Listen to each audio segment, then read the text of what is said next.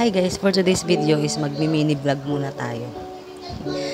Ay guys, pasensyahan nyo na ang aking pag-voice over dahil ito ay aking first time pa lang mag-voice over. Sobrang hirap pala talaga. Nakakapando ko naman nag-voice over. Akala ko madali lang pero kapag ikaw na yung gumawa, napakahirap guys. Minsan nabablank ko yung utak ko, wala akong masabi. So yun na nga, mamamalengke tayo guys ngayon. Bibili kami ng ulam namin panghapunan. So, ayan ang palengke namin dito.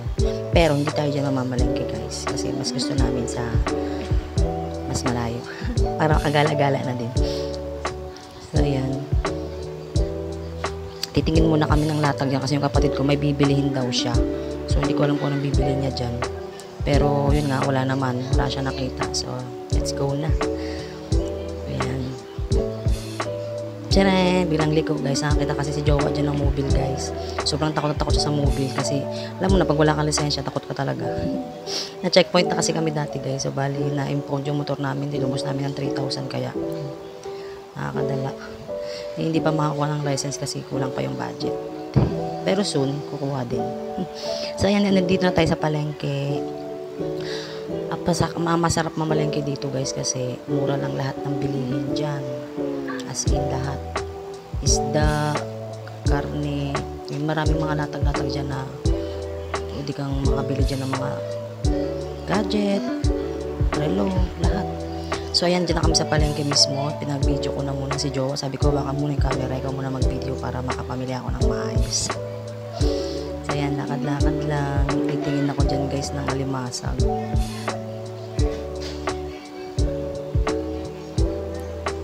At yan, nakakita na nga ako ng alimasag dyan. Tinanong ko kung magkano, kaya lang 300 ang kilo guys. So, hanap tayo ng mas mura. Wag yung mahal. Yan, lakad-lakad lang kami dyan. Grabe, ang daming isda dyan guys. Ang sarap mamali dyan kasi sobrang sariwa lahat ng mga isda dyan. At yun, nakakita yung kapatid ko ng shell. Ewan ko anong tawag dyan sa shell na yan. So, ayan. Tanong ako dyan kay kuya kung magkano yung tinda niya dyan na alimasa. Sabi ni kuya is 260 ang kilo. So, mas mura.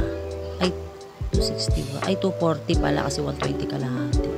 So, mas nakamura kami dyan. So, ayan. Pumili na. Hindi natin pala nagpasin yan, guys. Kasi sobra tayo nagkikrave na ngayon ng alimasag. Kaya, kahit maliliit, go, laban lang. So, ayan. Dami nilang ano dyan. Mga shell, pusit. Tapos yung, ano tawag doon sa damo ba yun? Seaweeds ba yan? Seaweeds yan. Wala ko nakain yan. Ayan, tanong din yung kapatid ko dyan nung dilis na yan na maliliit. Dulong daw tawag yan sa Bisaya. Hindi ko alam. Tutortahin daw namin. Yan ang itlog. Ano. Pero sabi mas masarap daw yan ikilaw. Sabi ng mama ko. So ayan na ipagchismisan pa ako dyan sa palengke. Ang lungkot ng mukha, oh. Wala ng pera. Pero gusto mo yan, girl. Kaya no choice ka. Magtiis ka. So, ayan. Pawalabas na kami niyan. Nakabili na kami dyan. Nakakita ako dyan, guys, ng hipon. So, dapat bibili ako. Kaya lang, yung jowa ko tsaka yung kapatid ko masyadong mga kontra lagi sa mga gusto ko. Kakahipon ko lang daw kasi nung nakaraan. Tas hipon na naman. Ang high blood daw ay kumakaway na. And ayan, napadaan din kami dyan sa outlet guys. Nagbili kami ng ano dyan, banana. Ayun, nanalo yung kapatid ko. 50 pesos lang naman. So bali dalawa kasi 20 pesos ang isang banana. So nanalo siya ng 50, di may dalawa siya. Yung sukli pa siyang 10. Ayan, sige, kiss-kiss lang ng kiss-kiss hanggang makiss-kiss ang 200,000. Ang dami na nakakakuha ng 200,000 na yan guys, pero kami never pa kami nanalo sa ganun. Grabe. Minsan talaga hindi mo kailangan i-asa sa sugalang alam mo na, kakayaman mo sa buhay. Kailangan mo talaga magpursige, magsumikap, magtrabaho para maabot mo lahat ng pangarap mo. Ganun ba? Dahil mo sinasabi ko yun.